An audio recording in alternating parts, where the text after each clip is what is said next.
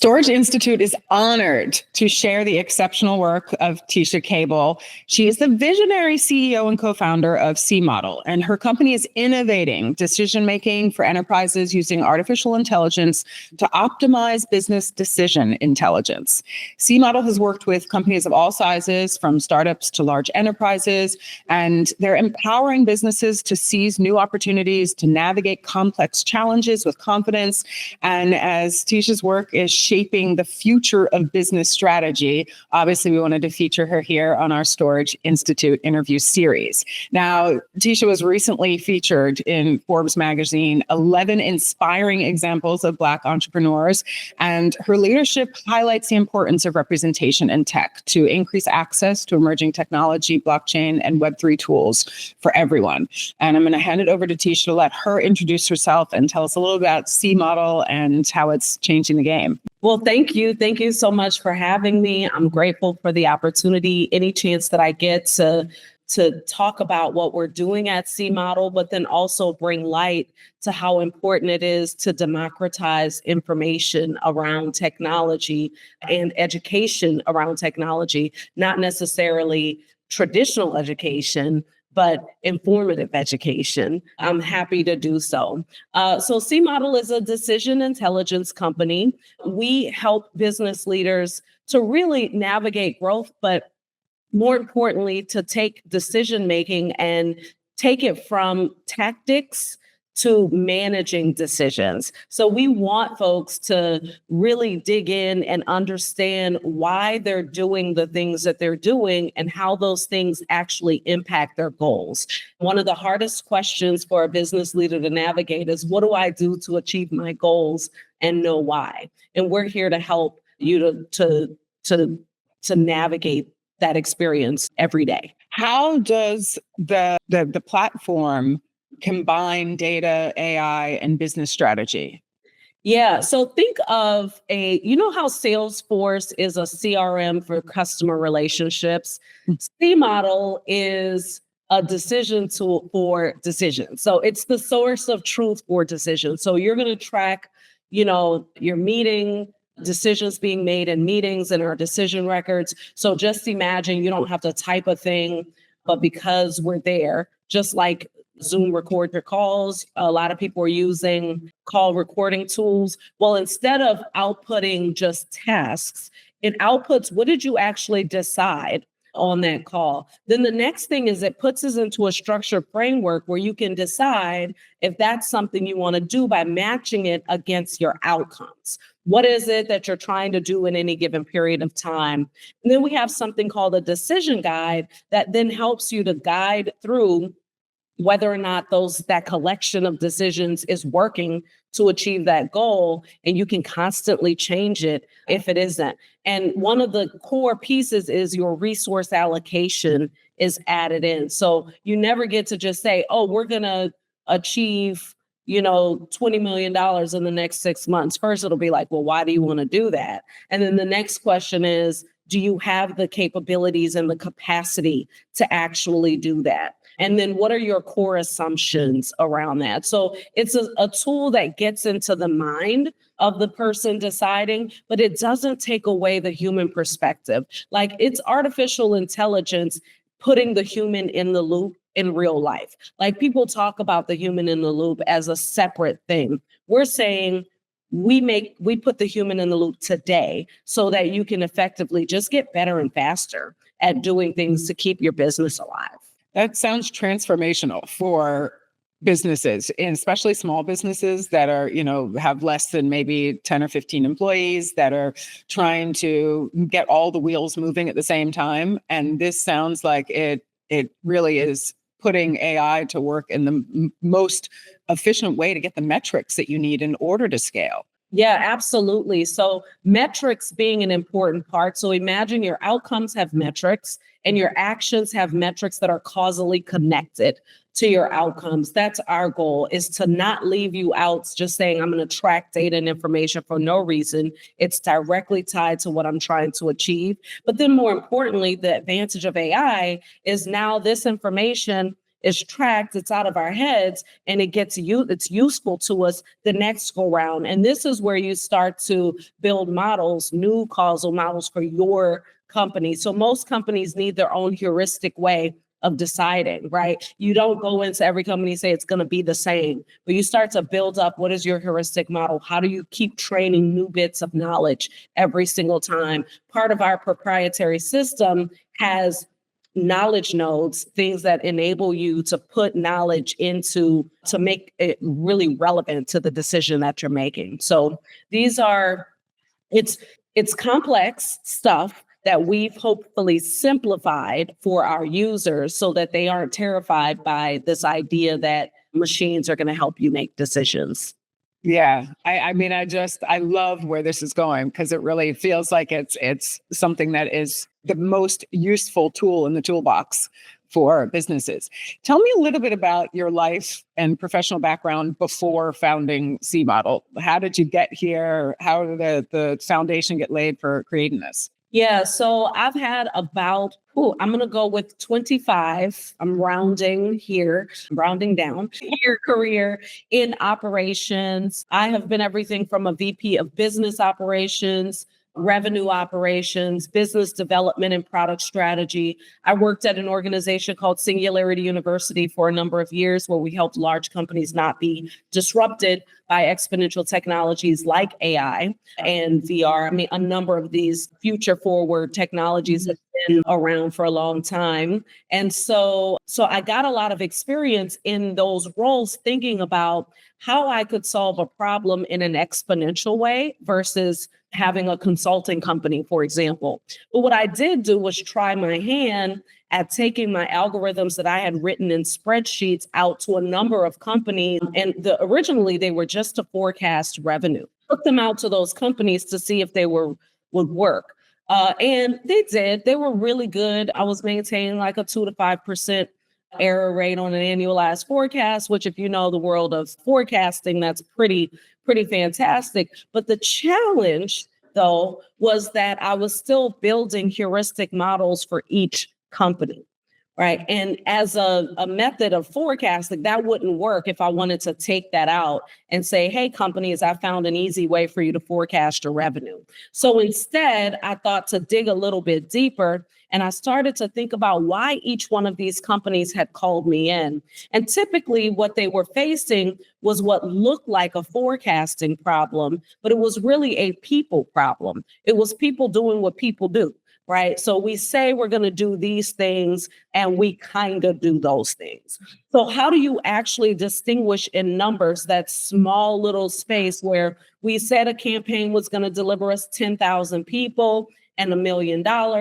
And that campaign only delivered us 5,000 people and $500,000. So before you get to the point where you've now missed the target, there are things that you can know about those decisions up front. So I can simulate what would happen if I took an action. So I wanted to make that type of tactic available. I can use assumptions in order to do that. So then I need to document assumptions really well. I can understand why someone is making a decision that they're making in this moment and then make that transparent so that everyone else down the line gets a firm understanding about why a leader made a decision to achieve a certain target. So there were things like that for me became core to what CModel was going to do and the problem we were going to solve. It really, I mean, it's revolutionizing business strategy. And I'm curious how working to build CModel has now reshaped your view of technology and innovation and its applications for businesses. Yeah, so I believe that a lot of things will be replaced. All the repeatable and mundane tasks will be replaced with artificial intelligence in the short time. It's coming now, right? We're in the process. However, I do believe that technology needs human leadership. So I do believe that human perspective is going to be required to constantly create unique value for a company. Why is that important? Because while I believe in technology wholly and I understand its power, I do believe in training people to properly utilize technology in order to gain a unique advantage, right? It's not just technology for technology's sake. It's why I often tell people, I don't want to be just a consumer of technology. I want to be a builder. And I believe that a lot of people can. And when I think about the underserved communities, the community that I come from, for example, I think about how often just being able to take the things that we can creatively consider and using technology to bring it to life, how powerful that will be to drive not just innovation for all people, but financial innovation, how it can just completely change the landscape of one's life. My own scenario is when I never knew that I could be an entrepreneur. I knew that I could build things. I knew that I could create things. I know that I'm a problem solver at heart. That's what my passions lie, in problem solving. And I believe my gifts lie there as well. But how do you take all of that and make it work for you became the thing that was really interesting to me. And I'm hoping that that's a message that young people actually pick up and that you can deploy that with technology in an exponential way. I feel like you perfectly encompass the value of inclusion in tech in that statement. And I want you to even expand on that just a little more. And then also just touch on, what do you think the risks are if we don't implement emerging tech? Those people who are resistant to it and don't feel like it's immediately applicable to what they're doing now, what are the risks that they face? And just a little more about even, what you feel the value of including tech for all and making it accessible. Well, number one, the world is full of all kinds of people. And so there's no need for anyone to get left behind. I'll leave it there and say including others doesn't mean lowering yourself. So for those who have challenges with inclusion, it makes no logical sense. So a rising tide floats all boats. So I suggest that we sort of get beyond thinking about ourselves in silos and start thinking about how we can help and support one another, especially when you start to think about our responsibility to the folks who have less. So I think it's super important that we educate around the possibilities, that we give true opportunity, because opportunity is really the key to all of this. No one is asking for a handout, right? I know that I'm not. So it's really just about the chance to do something. So your other question, tell me again, just the risks that we face by not inviting in diversity and not pushing inclusion in the tech space. Yeah. So first, the risk of people not being in tech is that people get further left behind, right? So there used to be people that push bowling balls back in the day. There used to be human calculators, right? And then nowadays we could say there used to be calculators that we would press buttons on in our hand. You can almost say there used to be that, right? Used to be the need to write penmanship, to study penmanship so that you could write in cursive. Find me a child in elementary school needs that today, right? So unless we are intent on people getting left behind, then the goal would be to ensure that access to these technologies is available. The one thing that I have loved about the wave of generative AI is generative AI used to be the thing that lived in just the academic spaces, right? You would have, supervised and machine learning, and folks would, in the academic space, be able to run these models and build these models. Now it's democratized to much wider audiences. And now a lot of people can jump in and participate in the Gen AI wave, which means that their creativity then has a space in what comes out of this generative AI wave. It's true for any emerging technology. At the moment that it is democratized is at the moment that it's open for many people to participate in bringing it forward. The idea is not just that a few should have their hands on it and be able to then make the rest of us pay for it, right? This is something that's super interesting about one of the things that I'm involved in is I'm a co-founder of something called OpenDI. And the idea is with Dr. Lorian Pratt and Dr. David Roberts of we've been able, who are both, one is she founded decision intelligence, right? She created the science of decision intelligence, and Dr. Roberts at North Carolina. The idea is if you take decision intelligence and all the parts and components and leave it open, then many people will have the opportunity to build things with that technology. It shouldn't just be limited to me, for example, right? If you've got something that you can build with decision intelligence, then I'm all for it. I'm like, build it, because the worst thing would be just the largest few companies in the world own decision intelligence in the same way that they consolidated business intelligence. So now you can't have companies that come out with data and analytics tools because the largest companies have consolidated that market. So we hope to keep decision intelligence open. And my hope is that artificial intelligence and the other emerging technologies remain open as well in the same way. I love that. I'm sure you have to have like some major compelling story of how CModel's decision intelligence platform has transformed a particular business's operations or outcomes. Can you share at least one? For sure. So one of them, one of our earliest adopters, immediately after just the process of consolidating data in our tool, was able to highlight 3 paths to growing their business, saved over $300,000 from several tools and consultants that they had brought into their company to do things, but having our tool enabled them to, at their fingertips, get the value of assessment, right? So now I understand where I'm at. And then when they hired their next round of consultants, it was because they had something very specific for them to do to help them. The other thing was we've had several companies where they just showed up lost, right? Especially in our earlier companies. They come in and they've been through a bunch of accelerators or programs, and no one has shown them exactly how to run a business, right? How to actually structure their decision-making day to day once they're outside of those programs. Now, I'm a firm believer in acceleration for startups, for example, technology startups specifically, because you get access to lots of things. We did Techstars and AWS, which were powerful programs for us.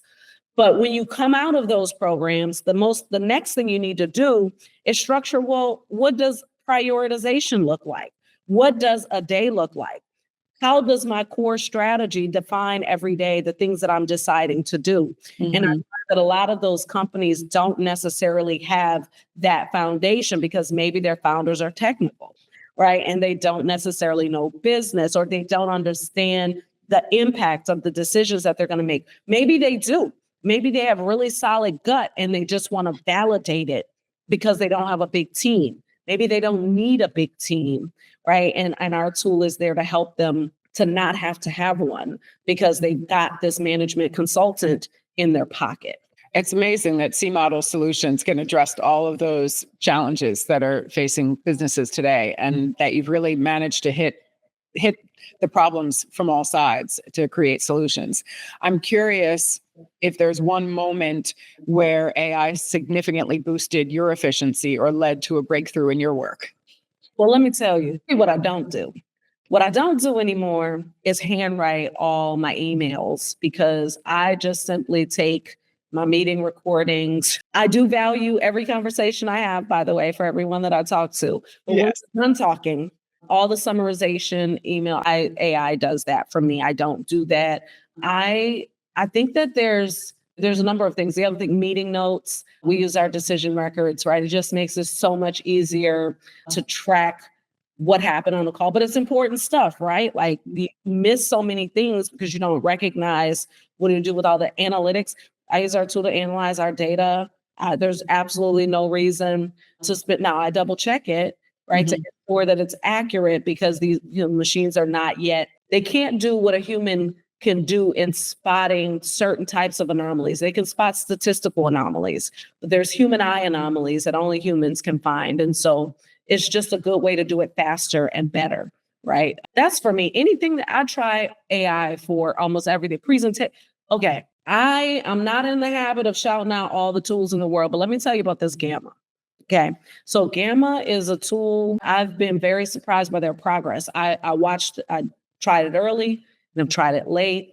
And when it comes to presentations, they've mastered it. They got their one thing and they're doing a great job. So there's a number of tools where you're watching them get better and better too, right? Over time, everyone is starting to improve their ability. The one nice thing about what we do though, is our tool actually builds, think about a company, a person deciding what they're going to do to achieve their goals, or an organization tracking that. And now you have a source of truth on that. Now all their future models get to leverage that data and information that we're collecting. And so I think about how it will advance a lot of these other tools. Decision intelligence will down the line.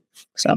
Well, that's one of the things that fascinated me about Web3 to begin with, was that, it's passing the baton, that whatever the last person did, we're able to build off of that. So to future pace a little, what do you think the next big development will be in decision intelligence and AI, and how will that impact businesses? Yeah, so I think this understanding about knowledge in itself is going to be one of the more important things. So how do I keep knowledge from walking out of the door?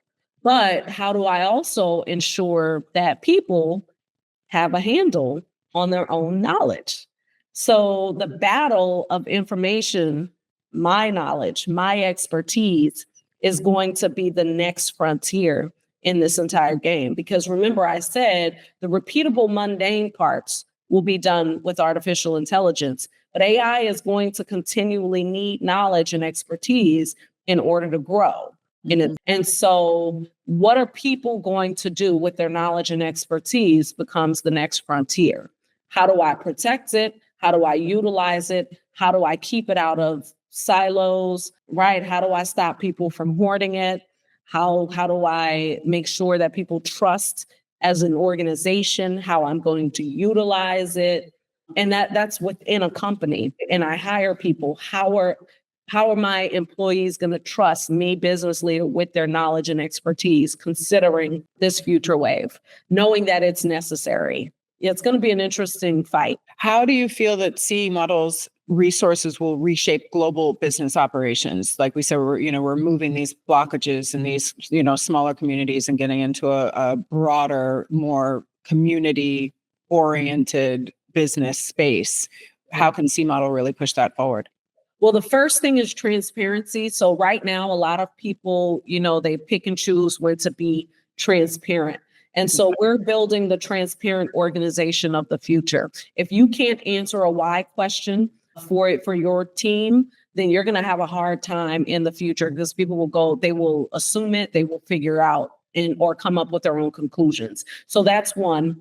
The second thing that will change is the pace by which a company can organize to execute something is going to change. When I can decide what to do to achieve my goal and assess and simulate what would happen if I did it, then it's going to put me in a position to decide faster. The faster I decide, the faster I can iterate should things not go well, right? And then the better all my decisions start to get over time if I'm tracking the core elements of each one of those decisions, the iteration and the assumptions that go with each. So there will be an improved set of outcomes, right, that get achieved when this happens. I feel like, getting the global community, global economics, global business operations together and in sync on the same page is such a huge component of greater inclusion. Are there obstacles that you see that are hindering greater inclusion in tech leadership, and how can we address them? I think fear and greed, I'm sorry to be so personal there, but I think fear and greed are two tremendous challenges. I think that there's space for everyone who's willing to make it. When I say everyone, not everyone is cut out to build and manage companies, right? That's not everyone's feat. So we don't have to worry about everybody, right? But the folks who are capable should be given fair opportunity and chance to step into the arena and show and prove. Like I said earlier, no one's asking for a handout. So I think that if we can remove fear from people's mind that someone's going to take something from them, right? And if we can help people to not live in such a greedy state of mind that you can have a lot and I can have a lot too, that's real life, right? Because it's according to what I contribute then I say that we're going to be in a better place. So our problems they're systemic, but they're systemic because of human behavior. Yeah, I always say access is not pie. Just because you have 2 slices of pie doesn't mean that there's less pie for everybody. There's abundance of pie. We can all have a slice. Right? Because I'm creating my own pie. Yeah, exactly. I don't want your pie. I want my own pie, and I'm willing to work for my own pie. Yeah. So yeah, absolutely. Yeah. Well, what strategies do you recommend for onboarding more diverse contributors into the space for aspiring entrepreneurs, particularly underrepresented groups who are interested in emerging technology? So one is I'm going to go back to don't be afraid. Don't be afraid to take a leap as long as that leap is in faith. I say that to say if you believe that you can, then you can. And so I just suggest that many more take leaps of faith. The other one that I suggest now, of course, not without prudence, not without ensuring that your environment, that your circumstances are in shape. What does that mean? That means if you're going to take a leap of faith, you have to prepare yourself to take a leap of faith. You can't show up and assume that because you took a leap of faith, that all is going to be accepted, but you can prepare yourself for the leap. If there are things that you need to learn and be educated on, then you can learn and be educated on those things. There are things that you can learn on your own.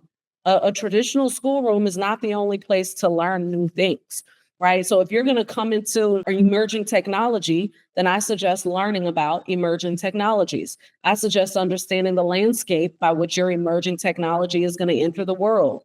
I would suggest understanding who your prospective customers are, the people who you might be leaning on to buy things from you. Right? I'd understand the problems in great detail. I'd understand whatever solution you're proposing in great detail. So there's just a level of preparation all along the way. What does leadership look like? I think a lot of times it's like for founders, the leadership piece goes missing. We don't think about what type of leader do I intend to be. So preparing yourself for that. Maybe you need mentors. Maybe you need guidance, right? Maybe there's a class that you need to take or a group. So I just think all in all, it's take the leap. Don't be afraid to take the leap, but prepare yourself because that's the flip side of the coin. I always, I laugh because as I get closer to 50, I have so much faith in the youth. I have so much faith in seeing how quickly they are utilizing and onboarding themselves into technology. And that I feel like is really where like the biggest shift is going to happen. Give us your boldest prediction for how AI decision intelligence will contribute to creating a more equitable business landscape. Yeah. So my first one is I think the youth, we will start to see that younger people become business leaders sooner and faster, right? Because remember that democratization is going to enable young folks to start taking their creative ideas and building things immediately. I don't need to go to college to do that. And right. So that's going to happen. Now, if you're going to be a doctor or a lawyer, I'm going to suggest you go and get yourself to school. But to be a technologist does not require the same traditional education. But what I will say is once that happens, then the rest of us, right, have to prepare ourselves for how the landscape of business will change because the generational dynamics will be different. And so I think that's one of the things. So what does together look like really when you start? So right now we are still highly focused on what a traditional workplace looks like. And even though the newer generations are making us think about things differently, let's now think about what happens in 2 years when most of the companies that they're bringing to life are artificial intelligence or emerging technology companies, and you're dealing with an 18 or a 19-year-old, right? What does that look like for everyone else? I don't actually have an answer for you, but I believe that there's preparation and mindset shifts that are absolutely required to start thinking about right now, right? And everything we call traditional won't necessarily be the same. So just to personalize your bold prediction, where do you see yourself in 5 years and CModel, and what do you hope? What do you dream? What's the big, big, big vision? Yeah, so my hope is that in 5 years, chilling. 5 years, I want this to have been the most amazing breakthrough in human decision making I want many of businesses, that 90% failure rate for companies to be significantly less. Let's bring that down to 50%, right? Because some people just don't have a mind for it. Let's have there's a number of young people included in the future of technology. Like the landscape looks completely different and somewhere hanging out, drinking mocktails. Yes, definitely, because no sugar, no alcohol, no gluten will be elevated to that point by then. Right. That's my hope. And hopefully we also will have transformed some lives, that there's some people who come through the doors of CModel who will understand their purpose because we helped them to understand their business's purpose. They'll be driving towards a vision that's very clear to them, and they'll be creating new opportunities for new people to work differently in the future. Just first steps for people who want to get introduced to CModel. Obviously, they can go to cmodel.io. I saw that you have a request a demo option there. What would you suggest for somebody who's not sure what CModel can do for them and just wants to at least get educated and get familiar with your program? Yeah. So one of the first steps you can do, we have this assessment that you can take on our site. It's kind of fun. It's an organizational personality test to help you think about your leadership and think about your decision making at the highest levels, but it's an org. So instead of it being an individual personality test, it's about the personality of your company. So that's one step. The other would be, I would say, request a demo, even if it's an opportunity for us to connect and talk and meet. And I'm happy to tell you more about what we're doing. No pressure. Requesting a demo doesn't mean it's just a straight sales pitch. You'll usually get me when that happens. So yeah, I'm looking forward to the conversation. I love that. Well, Tisha, really, this has been the most engaging conversation. I love that many of the questions that I had, you already answered in the prior question, and you really have done such a good job of future pacing in your business. And I just look forward to seeing what you'll create from here. And we're really excited to be on board and on the journey with you. Well, thank you so very much. I appreciate the opportunity. Thank you. We'll have all the links in the show notes so you can track Tisha's progress and everything that she's up to with CModel in the future. Thank you. Thank you.